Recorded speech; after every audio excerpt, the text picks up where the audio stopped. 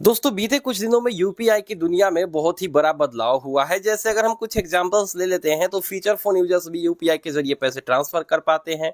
उसी के साथ यूपीआई लाइट फीचर लाई गई। यूपीआई में डेबिट कार्ड के बिना आधार कार्ड से आप यूपीआई पिन अब सेट कर सकते हो। हालांकि बहुत बैंकों में अभी ये फीचर नहीं आई है, आने वाले कुछ दिनों में सारे बैंकों में होगी। और साथ ही साथ यूपीआई इंटरनेशनल, जो कि विदेशों में आप यूपीआई के जरिए पैसे भेज पाते हो। और साथ ही साथ रुपे क्रेडिट कार्ड, यानी रुपे क्रेडिट कार्ड के जरिए भी आप यूपीआई ट्रांजेक्शन्स कर पाओगे। यानी कि बैंक अकाउंट नहीं है, अगर आपके पास क्रेडिट कार्ड है तो उसके जरिए भी उसकी लिमिट को यूपीआई के थ्रू किसी को भी पेमेंट कर सकते हो, कोई भी चीज परचेस कर सकते हो।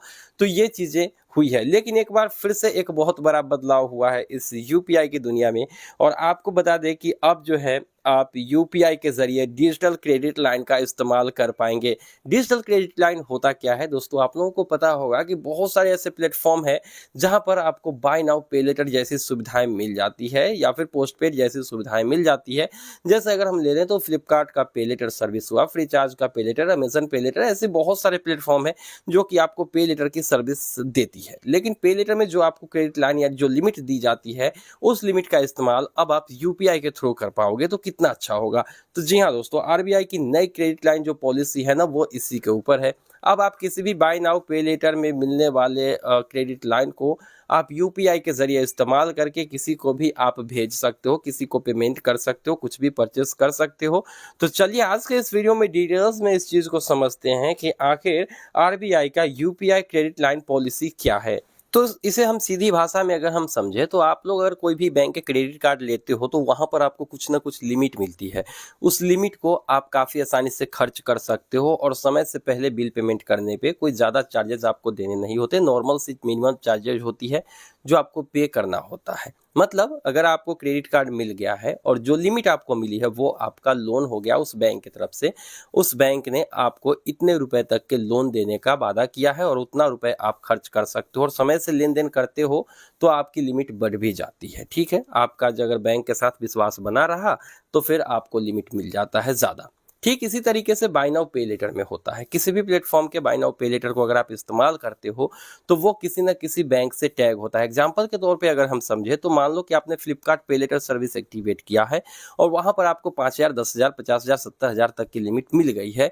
तो जो 70,000 की आपको लिमिट मिली है, उस लिमिट का मतलब हुआ कि फ्लिपकार्ट ने आपको वो लिमिट नहीं दिया है, वो किसी और बैंक से टैग है जिस बैंक ने आपको लोन के तौर पे वो लिमिट दे दिया है। जैसे फ्लिपकार्ट के केस में होता है कि आईडीएफसी फर्स्ट बैंक की तरफ से आपको वो लोन मिल गया।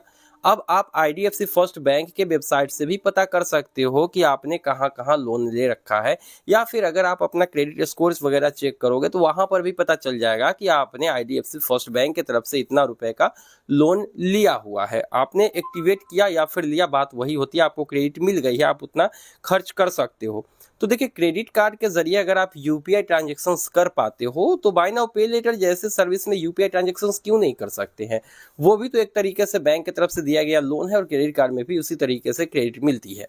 तो ठीक इसी तरीके से ये जो है नया पॉलिसी काम करता है। अब आपको बाय नाउ पे लेटर जैसे प्लेटफॉर्म पर वहां पर यूपीआई से पेमेंट करने की ऑप्शन मिलेगी। कहीं पर भी मर्चेंट पेमेंट करना है, बाय नाउ पे लेटर उस प्लेटफॉर्म की, जैसे अगर हम बात कर ले यहाँ पर फ्लिपकार्ट की, तो वहां पर तो आपको यूपीआई ट्रांजेक्शन करने की नहीं मिलती है ऑप्शन। लेकिन हाँ, आप जो है जैसे फोन पे हो गया और उसी के साथ अमेजन पे हो गया, फ्री चार्ज हो गया, तो वहां पर आपको बाय नाउ पे लेटर जैसी सर्विस मिलती है। लेकिन होगा क्या कि अब आपको जितने भी यूपीआई ऐप है वहां पर अपना किसी भी क्रेडिट लाइन को ऐड करने की ऑप्शन मिलेगी। जैसे फ्लिपकार्ट वॉलेट के जो है हम लोग वहां पर जो आपका सुपर कॉइन होता था वो हम ऐड कर पाते थे फोन पे में, और उससे कुछ ट्रांजेक्शन्स वगैरह कर पाते थे सुपर कॉइन के जरिए। तो ठीक इसी तरीके से आपका अकाउंट ऐड हो जाएगा जहां पर भी आपने बाय नाउ पे लेटर जिस बैंक से एक्टिवेट किया हुआ है, और उसके जरिए आप यूपीआई पेमेंट करोगे। यानी कि यूपीआई पेमेंट करते हुए वो ऑप्शन मिलेगी कि आप इस क्रेडिट लाइन के जरिए पेमेंट करना चाहते हो। तो एक बहुत ही अच्छी फैसिलिटी हम कह सकते हैं आरबीआई की तरफ से दिया गया है। और देखिए, इसके जरिए तो आप पैसे को खाते पे तो ट्रांसफर नहीं कर सकते हो, क्योंकि क्रेडिट कार्ड के भी पैसे को जेन्युइन तरीके से तो हम लोग खाते पे ट्रांसफर नहीं करते हैं। कहीं पे खर्च कर सकते हो, बिल पेमेंट वगैरह कर सकते हो, शॉपिंग वगैरह कर सकते हो।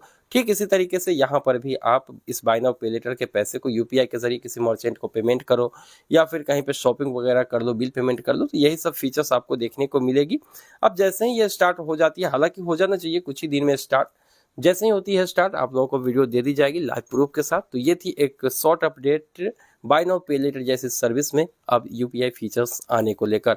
उम्मीद है कि वीडियो पसंद आई होगी। वीडियो पसंद आई तो वीडियो को लाइक करके चैनल को सब्सक्राइब करिए।